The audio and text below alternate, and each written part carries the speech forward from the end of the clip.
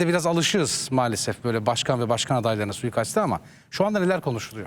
Şimdi Amerika'nın aslında böyle güneşli, keyifli bir öğleden sonrası bir anda bir kabusa dönüştü ve aslında Amerika'nın siyasi şiddet tarihinde de yeni bir karanlık sayfa açıldı ve tabii bu saldırı yalnızca Amerika'da değil aslında tüm dünyada da bir şok dalgası yarattı. Şimdi Amerikan basınında yapılan birinci yorum hiç şüphesiz ki şu: bu saldırı demokrasiye ve aslında Amerikan halkının kendi liderini seçme hakkına yapılan bir saldırıydı şeklinde yorumlanıyor. Çünkü seçime çok az bir zaman kala Kasım ayındaki ve bir yandan da Cumhuriyetçi Parti'nin de kongresine, yani Donald Trump'ı resmi olarak adayları şeklinde duyuracakları kongre pazartesi günü başlayacak.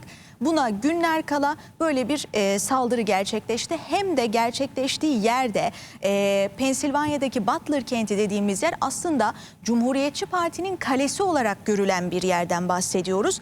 Şimdi ilk başta saldırganla ilgili neler bildiğimizi söyleyeyim. 20 yaşında olduğunu biliyoruz. Pensilvanyalı, Pensilvanya'da yaşadığını biliyoruz. Hatta evi de miting alanına neredeyse 56 kilometre uzaklıktaydı. 20 yaşında henüz bir erkek ve de 20 yaşında olduğu için de aslında bugüne kadar daha hiç oy kullanmadı. Yani en son 2020'de Amerika'da başkanlık seçimi yapıldığında oy vermeye uygun değildi yaşı. Aslında bu seçimde ilk kez oy kullanacaktı. Ve yine dikkat çeken bir detay, kayıtlara bakıldığında aslında Cumhuriyetçi Parti'ye destek verdiğini, Cumhuriyetçi Parti'de bir üyeliği olduğunu görüyoruz. Bu da tabii ki ilginç. Yani Donald Trump'ın partisinden de ama bir görüş farklılığı mı yaşadı? Şimdi en başından beri şunu söylüyoruz. Yani saldırgan yalnız bir kurt muydu? Tek başına mı her şeyi planladı? Yoksa bunun arkasında daha büyük, daha bilinmeyen bir şey mi var? Bir de en çok konuştuğumuz şey şu: gizli servis bunu nasıl oldu da önleyemedi? Şimdi ben önce şuradaki fotoğrafla da başlamak istiyorum. Çünkü bundan sonra işte bu karelerin ABD seçim sürecini belirleyeceği, bunun artık damga vurduğu ve bu seçimin ve bundan sonraki Trump'ın bütün siyasi kariyerinin de imgesi haline geleceğini yorumlarda yapılıyor. Neden? Donald Trump saldırıdan saniyeler sonra gizli servis ekipleri tarafından ayağa kaldırıldıktan hemen sonra eline yumruk yaptı ve fight, fight, fight dedi. Yani savaşacağız, mücadele edin dedi ve aslında burada da hemen, yani saniyeler içerisinde bu mesajı vermiş olması tabii ki hem kendi tabanında hem de Amerika'da geniş yankı uyandırdı ve bu kareler özellikle Cumhuriyetçiler tarafından sosyal medyada hızla dolaşıma sokuldu. Şimdi siyasi analistlerin de söylediği şey şu: aslında Cumhuriyetçiler bununla da bir mesaj vermeye çalışıyorlar ve biz siyasi olarak güçlüyüz ve devam edeceğiz yolumuza demeye çalışıyorlar. Şimdi Donald Trump'ın oğlu Donald Trump Jr. Saldırıdan hemen sonra bir açıklama yaptı. Mesela onun açıklamasında bile hiçbir şok belirtisi yoktu. Aksine dedi ki babam Amerika'yı savunmaya, Amerika için savaşmaya devam edecek. Dolayısıyla şu söyleniyor: Donald Trump saldırıdan hemen sonra verdiği bu yumruk pozuyla aslında kongrenin, yani pazartesi günü Cumhuriyetçi başlayacak olan kongrenin de ikonik simgesini vermiş oldu. Ve artık o kongreye ölümün ucundan dönmüş bir başkan adayı olarak katılacak ve de bir kahraman olarak karşılanacağı dolayısıyla yorumları yapılıyor. Beklentiler bu yönde. Bu yorum çok önemli çünkü bir yandan da Donald Trump'ın karşısında nasıl bir rakip var? 81 yaşında, sağlık problemleri yaşayıp yaşamadığından şüphe duyulan, katıldığı programlarda çoğu zaman ne yöne gideceğini bile şaşıran, Zelenski'ye Putin diyen, başkan yardımcısına Kamala Harris'in adını karıştırıp Trump diyen bir başkan adayı var. Ama bir yanda da Trump şöyle bir imaj çizdi: ben hedef alındım, saldırıya uğradım ama hemen ayağa kalktım, yumruğumu kaldırdım. Evet.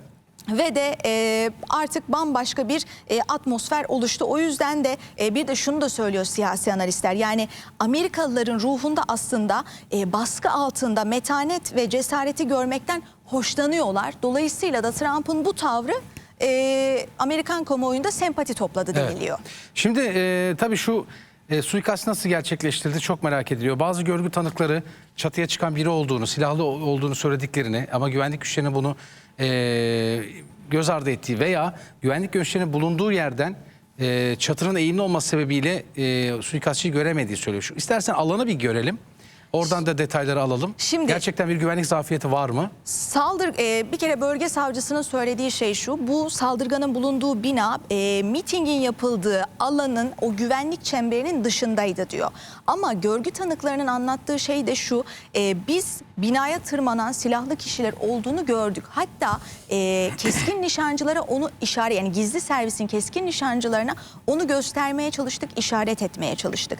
Şimdi birincisi şunu biliyoruz: aslında bu süreçten önce Donald Trump 2015'ten bu yana gizli servis tarafından korunuyor.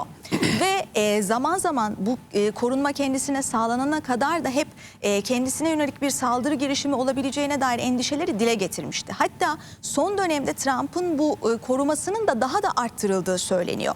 Böyle bir atmosfer varken nasıl oldu da saldırgan sadece 150 metre yakınına kadar gelip de bu saldırıyı gerçekleştirebildi? Şimdi o binaya nasıl geldi? O binaya elinde silahla nasıl çıktı?